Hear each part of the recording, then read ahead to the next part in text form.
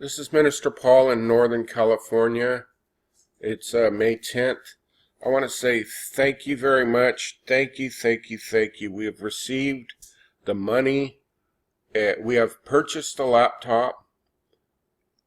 We purchased it on a credit card, and that credit card is now been paid off. We paid off the full amount of the laptop, and it's a very nice laptop. And it's being processed right now and should ship soon.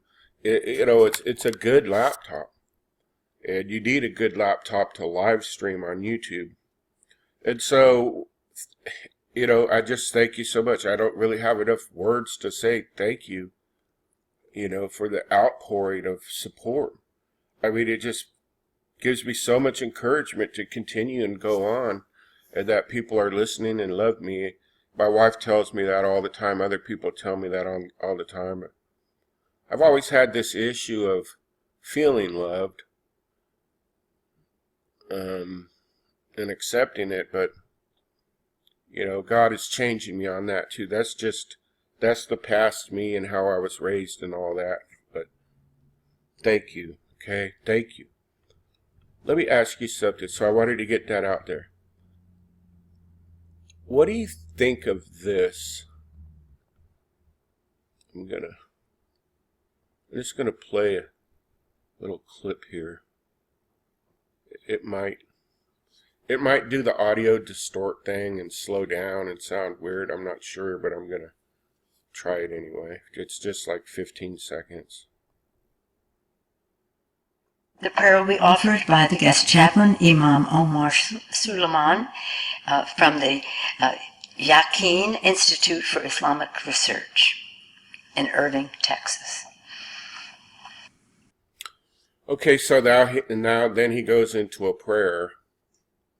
I personally believe he's praying to Allah, and Allah is not God, and he makes no mention of Jesus Christ. But the Bible says to test all the spirits.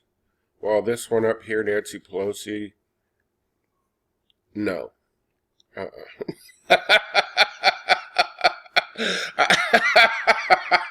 mean, that shows you my opinion right there. No, Nancy, no. Please retire and go away. I mean, she's a multi-millionaire. I mean, no. And look at this guy over here. He looks a little heated or something. Look.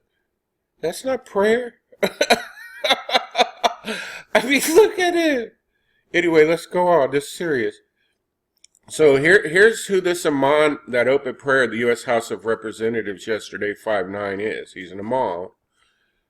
So he has wished for the end of Zionism. He has called for a third intifada. In other words, a holy uprising, a holy war against the Jews and infidels, which is anyone not Muslim. And he has likened Israel to Nazi-area Germany. He is the one who delivered the opening prayer for a session of the U.S. House of Representatives on Thursday.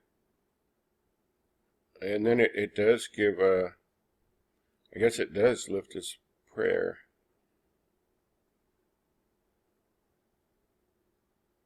The timing of this, as we approach Donald Trump's peace plan, clearly shows to me, I'll give my opinion, you can give yours. I'll stay out of the comments on this one for real, for real. I'm just not getting involved, but I just want to show you the battle of the bloodlines and where we're at. Even the own White House is divided, whether you be Democrat, Republican, left, right, whatever. One side is saying one thing, the other side saying the other thing. And they're fighting against each other at such a time as this. Let me show you this tweet. This tweet is from Muhammad Awazi. Yeah, that sounds right. Muhammad Awazi. Translated from Arabic.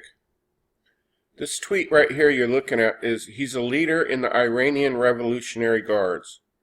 So I believe he's the one reporting this, not the one that said this.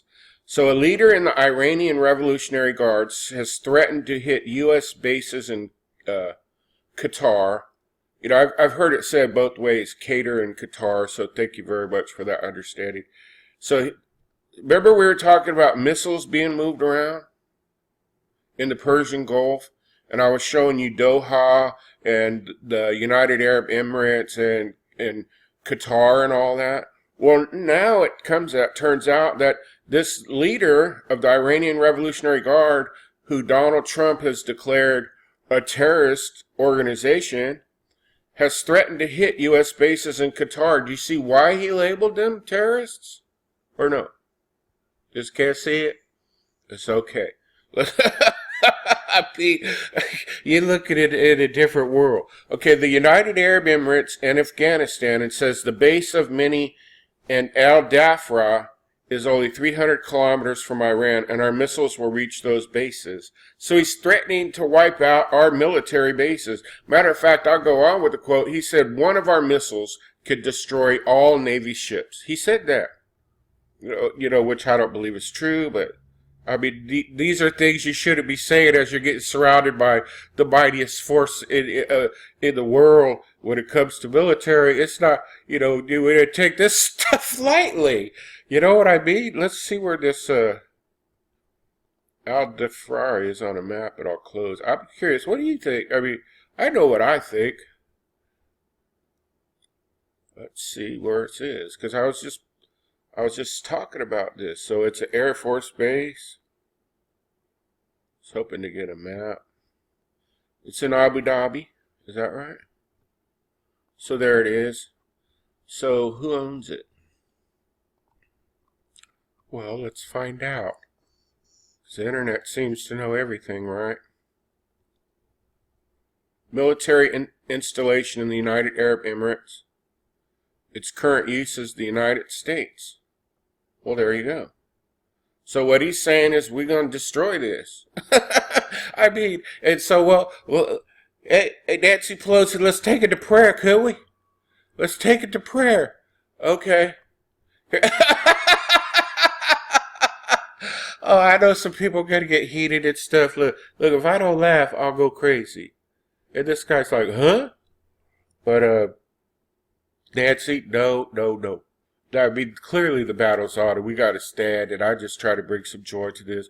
This man could be the best man in the world. Y'all could probably support him or whatever, but, it just, the irony of this.